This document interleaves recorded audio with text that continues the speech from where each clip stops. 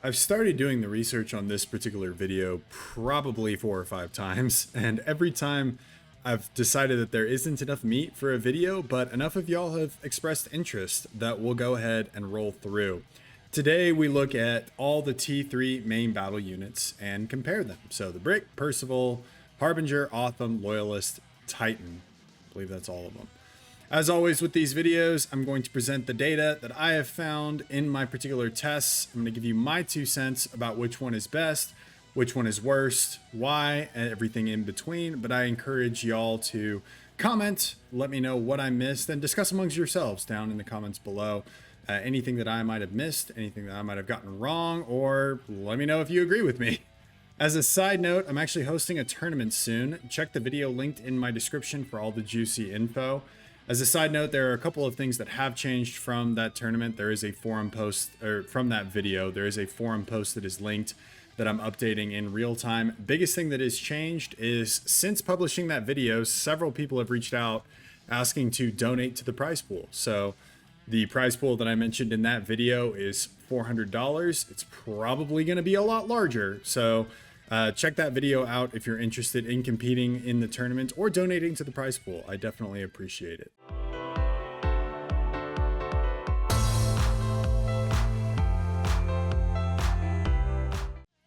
First things first, let's look at the stats for each individual unit. Now, by and large, all of the T3 units, they're the T3 main battle units, kind of fall into 3 categories. Bricks and Percivals, which are the most expensive ones, are the first category that we're going to look at. I have their stats on the screen. I won't go through all of them individually, but all of the relevant stats are on the screen. Both of these units are very, very similar in terms of mass and energy costs, but there are some subtle differences in their other stats. The largest difference being their fire rate, with the Percivals having a high damage alpha strike and the Bricks having a much more continuous fire rate, but their damage per second does come very, very close. There's a 25 damage per second difference between the two that is leveled out by a slight difference in health as well as range. Now, our next category are Harbs and Autumns. These are the second most expensive of the T3 main battle units. Both, again, have identical mass and energy cost, but their chief differences are the shield that the Harbinger has, the 2 different weapons on the Autumn. So the Autumn has 2 different weapon systems. One has longer range, the other has shorter range, and they have different damage per second values, and the ability of the Harbinger to reclaim.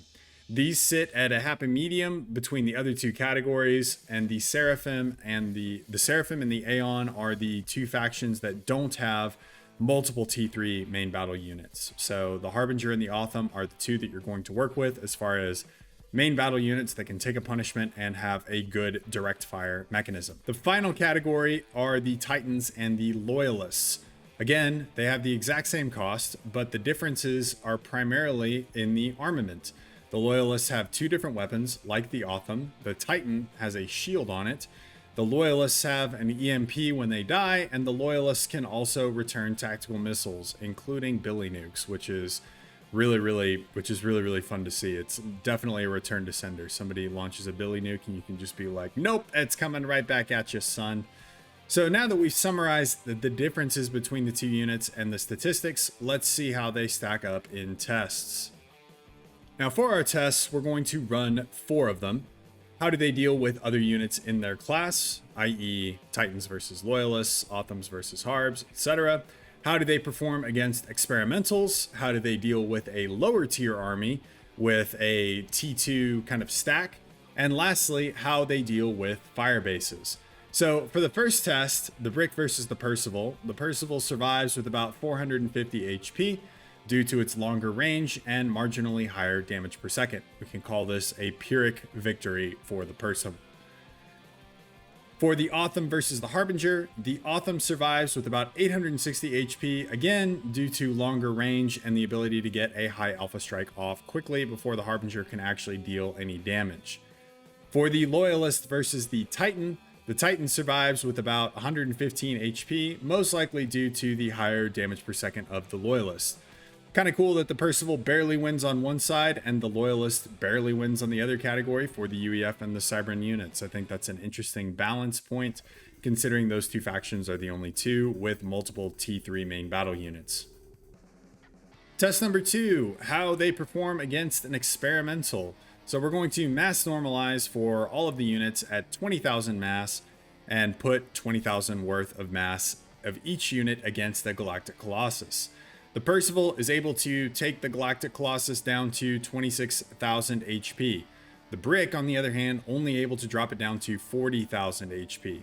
Now, it should be noted real quick that y'all might have noticed in the footage that the GC does vet, but it vets in every single test that we're doing, so that doesn't actually spoil the results because we're throwing an equivalent amount of mass against it every single time. The Brick isn't able to engage until later, and one Brick is killed before it can actually fire, and I'm attributing that as the primary difference between the 14,000 HP differential between the two. So even with the higher health of the Brick, the shorter range and lower DPS are causing it some problems here. Now, the Autumns took it down to 14,000 HP-ish. Harbingers are actually able to kill the GC with 8 Harbingers to spare. This one really surprised me. Loyalists bring the GC down to about 29,000 HP. The Titans are able to bring the GC down to 14,000 HP. Now, some of these results really surprised me. Like I said, I really thought the Bricks would do better, and the Harbingers just outright killed the Galactic Colossus, and this really caught me off guard. For test number 3, we're going to use a couple cycles of my standard UEF T2 build order, which is total 15 pillars, 6 mongeese, and 3 parashields.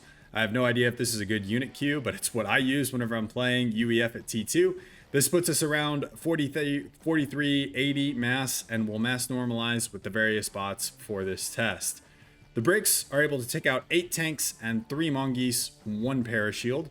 Unsurprisingly, the Percivals fare very poorly here with 13 pillars, 4 mongeese, and 3 parashields surviving. The Autumns crush the opposition with 2 of them surviving, even with some of my poor micro not taking multiple weapons into account. The Harbingers are able to win, but not in as convincingly of a fashion as the Autumns. The Loyalists are able to win with 3 of them surviving, even with me once again not putting the Loyalists in range for both weapons without microing a little. And with the Titans come out the clear victor here, and we only lose 1 Titan throughout the test. Test number 4 is how each of these units fare against a rather beefy fire base. This is kind of the last situation that you would use T3 main battle units in, is assaulting a fire base. You can think about this on like Adaptive Millennium, Canis, Hilly Plateau, anywhere where fire bases are a fixture of the map. Percivals are able to kill the fire base with 18 Percivals remaining. Bricks come in close behind with 20 Bricks remaining to take out the fire base. The Harbingers take out the fire base with 22 remaining. Autumns perform very well here, eliminating the fire base with 32 of them remaining. The Loyalists take out the fire base with 49 remaining, and the Titans slightly edge out the Loyalists with 51 remaining. So as we can see here, we're seeing semi-similar results as we saw earlier. Autumns are slightly beating the Harbingers, and then for the Cybran and the UEF, things are flipped. So Percivals beat Bricks, but Titans beat Loyalists. Now, my 2 cents here. Whenever I make my own opinions and observations, these are subjective conclusions. And I'm always interested to hear what y'all think in the comments below. There's been a lot of great discussion, and points that I've potentially missed in these science videos have shown up in the comments section. I'm hugely appreciative for all of y'all that take the time to actually comment and take the time to actually discuss, what I'm actually finding in these videos. So getting to my conclusions, I was surprised by a lot of these tests. I did not expect for the Bricks and the Percivals to fare as poorly as they did. Similarly, I also didn't expect for the Harbs and Autumns to be as good as they were. So with the results I've seen, as much as I hate to say it, I have to give the victory to the Harbinger. Having a shield that can regenerate without veterancy increases its longevity. So you get kind of a 1000 HP buffer there that regens at 30 HP per second. And it can also reclaim. And if you're like me, you always forget to reclaim. It fared the best against the experimental and traded blows very well in the other 3 tests. In second place, that's definitely going to be the Titans. Now, they tied the Autumns in the experimental test and beat the Loyalists in every real world test that we threw at them. So I think that the Titans definitely had a very, very good showing here whenever they are mass normalized. Third place is going to be the Autumn. The Autumn fared quite well, but having two weapons with different ranges means you need to micro it more, or you won't get all the damage that is potentially available to the Autumn. But regardless of that, they still performed quite well as long as both the weapons are in range. Now, fourth place has to go to the Loyalists. They beat out the Bricks and Percivals in tests 2 and 3, but didn't quite fare quite as well as those above them. So third through first place, they didn't fare quite as well in those above them in those particular tests, in any other test. Now, fifth place goes to the Bricks. And while they got last against the Galactic Colossus, they were able to outplace the Percivals by a country mile in literally every single other test. And this goes to show that higher fire rate with similar damage per second is hugely valuable whenever you're going to be only fielding one particular unit type. Now, in last place is the Percival.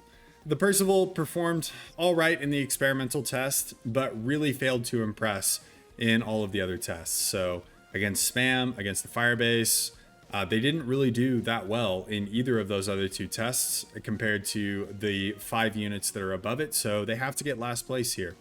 Now, it needs to be said that each of these tests are with these units in isolation. And you would normally mix in other units like sniper bots, portable shields, anti-aircraft, etc.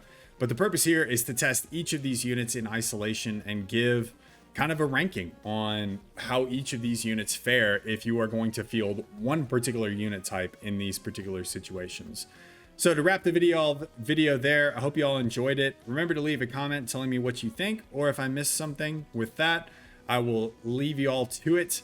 I appreciate you watching for this far, and I will see you in the next one. Peace.